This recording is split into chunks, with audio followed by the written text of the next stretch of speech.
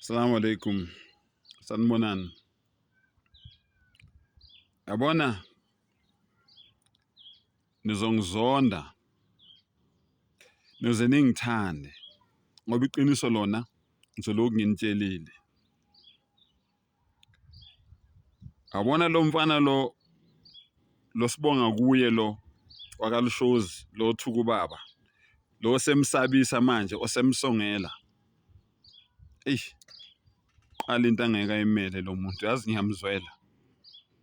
Qala into angeke ayimele. Yazi mina into ebengiyilindele ukuthi uzothini, ukuthi uzokwenza ivideo athi babumbatha mkhulu ngoba umkhulu phela kuye, athi babumbatha ngikuzwile ukhuluma namaNazaretha ku-podcast ka-Gift Media lana nalana ugejile baba, ayihambi kanjalo le nqola ihamba kanje. Yebona, abonise ubuchule bokukhalipha komqondo wakhe, kodwa ngendlela enze ngayo ubonisa ukuba isiphukuphuku, ubonisa ukuba isitumtumu, ubonisa ukuba isidomu. Yabona umuntu khona izinto ezintathu okumele uyiqaphele. Igama olikhiphe ngomlomo walikhipha alibuyele emuva. Inhlavu yesibhamu once warelease i-safety wasibreacha noma wasikhokha ngesilungu, iqhude lahlala phezulu, wawufaka umune lapha wadonsa i-trigger, leyo nhlava ayiphindi ibuyele emuva. Uma ngabe uphethe umcibisholo ufake lapha kuyibow leyo, ufake leyo arrow leyo, once wayidonsa wayiyeka leyo arrow leyo ayiphindi ibuyele emuva.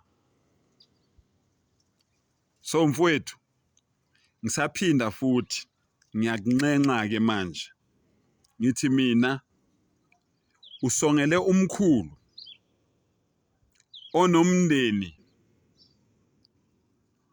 onabantu abamthandayo, onesinye isibongo esiyinkinga, esingaba inkinga empilweni yakho. Isibongo sakwaMbatha, once abantu bakwaMbatha wabasukela siphenduka sibe yiphupho elibi empilweni yakho. Mina ngiyibukelile le podcast le wena eyenza ukuthi namhlanje usongela ubaba. Ngiyibukelile. Ubaba ekhuluma lapha nobaba umthethwa. Kuningi okungekhona ubaba akukhulumile naye, njengoba umKristu naye udukile, ngihlale ngimtshela naye, angikufihli mina lokho. AmaKristu wonke adukile njengamaNazaretha.